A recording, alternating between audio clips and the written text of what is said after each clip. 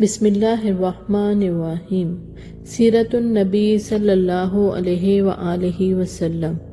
عنوان: حقیقت روشن ہو گئی۔ حضرت عبداللہ بن مسعود رضی اللہ عنہ کی بات سن کر صحابہ نے کہا، ہمیں قریش کی طرف سے آپ کے بارے میں خطرہ ہے۔ ہم تو ایسا آدمی چاہتے ہیں جس کا خاندان قریش سے اس کی حفاظت کرتا رہے۔ اس کے جواب میں حضرت عبداللہ بن مسعود رضی اللہ عنہ نے فرمایا، تم میری پرواہ نہ کرو، اللہ تعالیٰ خود میری حفاظت فرمائیں گے۔ دوپہر کے بعد حضرت عبداللہ بن مسعود رضی اللہ عنہ بیت اللہ میں پہنچ گئے۔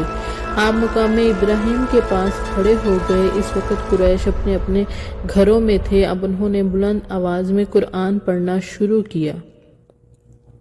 قریش نے یہ آواز سنی تو کہنے لگے، اس غلام زاد کو کیا ہوا؟ کوئی اور بولا، محمد جو کلام لے کر آئے ہیں یہ وہی پڑھ رہا ہے۔ یہ سنتے ہی مشرکین ان کی طرف دوڑ پڑے اور لگے انہیں مارنے پیٹنے۔ حضرت عبداللہ بن مسعود رضی اللہ عنہ چوٹیں کھاتے جاتے تھے اور قرآن پڑھتے جاتے تھے، یہاں تک کہ انہوں نے سورہ کا زیادہ تر حصہ تلاوت کر ڈالا۔ اس کے بعد وہاں سے اپنے ساتھیوں کے پاس آ گئے۔ ان کا چہرہ اس وقت تک لہو لہان ہو چکا تھا۔ ان کی یہ حالت دیکھ کر مسلمان بول اٹھے، ہمیں تمہاری طرف سے اسی بات کا خطرہ تھا۔ حضرت عبداللہ بن مسعود رضی اللہ عنہ نے فرمایا، اللہ کی قسم، اللہ کے دشمنوں کو میں نے اپنے لیے آج سے زیادہ ہلکا اور کمزور نہیں پایا۔ اگر تم لوگ کہو تو کل پھر ان کے سامنے جا کر قرآن پڑھ سکتا ہوں۔ اس پر مسلمان بولے، نہیں، وہ لوگ جس چیز کو ناپسند کرتے ہیں آپ انہیں وہ کافی سنا آئے ہیں۔ کفار کا یہ ظلم و ستم جاری رہا۔ ایسے میں ایک دن حضور صلی اللہ علیہ وسلم صفا کی پہاڑی کے پاس موجود تھے۔ ابو جہل آپ کے پاس سے گزرا۔ اس نے آپ کو دیکھ لیا اور لگا گالیاں دینے۔ اس نے آپ کے سر پر مٹی بھی پھینکی۔ عبداللہ بن جدعان کی باندی نے یہ منظر دیکھا۔ پھر ابو جہل آپ کے پاس سے چل کر حرم میں داخل ہوا۔ وہاں مشرکین جمع تھے۔ وہ ان کے سامنے اپنا کارنامہ بیان کرنے لگا۔ اس وقت آپ کے چچا حضرت حمزہ رضی اللہ عنہ حرم میں داخل ہوئے۔ یہ اس وقت تک مسلمان نہیں ہوئے تھے۔ تلوار ان کی کمر سے لٹک رہی تھی۔ وہ اس وقت شکار سے واپس آئے تھے۔ ان کی عادت تھی جب بھی شکار سے لوٹتے تو پہلے حرم جا کر طواف کرتے، پھر گھر جاتے۔ حضرت حمزہ رضی اللہ عنہ حرم میں داخل ہونے سے پہلے عبداللہ بن جدعان کی باندی کے پاس سے گزرے۔ اس نے سارا منظر خاموشی سے دیکھا اور سنا تھا۔ اس نے حضرت حمزہ رضی اللہ عنہ سے کہا، اے حمزہ، کچھ خبر بھی ہے؟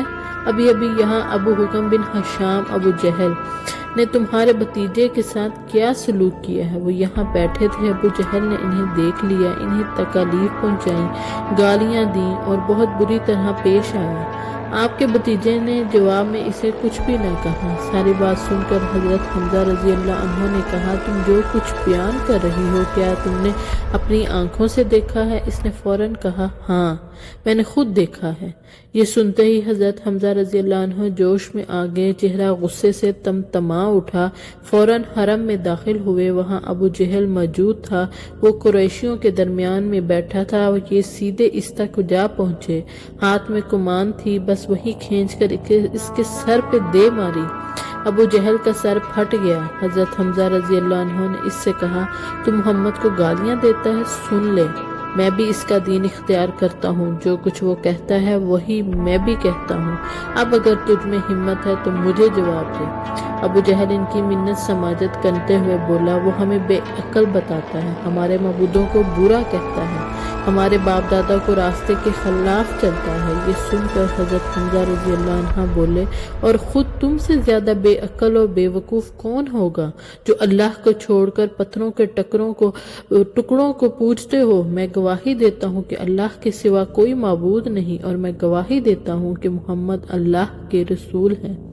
یہ ان کے الفاظ سن کر ابو جہل کے خاندان کے کچھ لوگ یکدم حضرت حمزہ رضی اللہ عنہ کی طرف بڑھے اور انہوں نے کہا، اب تمہارے بارے میں بھی ہمیں یقین ہو گیا ہے کہ تم بھی بے دین ہو گئے ہو۔ جواب میں حضرت حمزہ رضی اللہ عنہ نے فرمایا، آؤ، کون ہے مجھے اس سے روکنے والا؟ مجھ پر حقیقت روشن ہو گئی۔ میں گواہی دیتا ہوں وہ اللہ کے رسول ہیں، جو کچھ وہ کہتے ہیں وہ حق اور سچائی ہے۔ اللہ کی قسم میں انہیں نہیں چھوڑوں گا، اگر تم سچے ہو تو مجھے روک کر دکھاؤ۔ یہ سن کر ابو جہل نے اپنے لوگوں سے کہا، ابو عمارہ یعنی حضرت حمزہ رضی اللہ عنہ کو چھوڑ دو، میں نے واقعی ان کے بھتیجے کے ساتھ ابھی کچھ برا سلوک کیا تھا۔ وہ لوگ ہٹ گئے۔ حضرت حمزہ رضی اللہ عنہ گھر پہنچے۔ گھر آ کر انہوں نے الجھن محسوس کی کہ یہ میں قریش کے سامنے کیا کہہ آیا ہوں۔ میں تو قریش کا سردار ہوں، لیکن پھر ان کا ضمیر انہیں ملامت کرنے لگا۔ آخر شدید الجھن کے عالم میں انہوں نے دعا کی، اے اللہ اگر یہ سچا راستہ ہے تو میرے دل میں یہ بات ڈال دے، اور اگر ایسا نہیں ہے تو پھر مجھے اس مشکل سے نکال دے جس میں میں گر گیا ہوں۔ وہ رات انہوں نے اسی الجھن میں گزار دی۔ آخر صبح ہوئی تو حضور نبی کریم صلی اللہ علیہ وسلم کے پاس پہنچے۔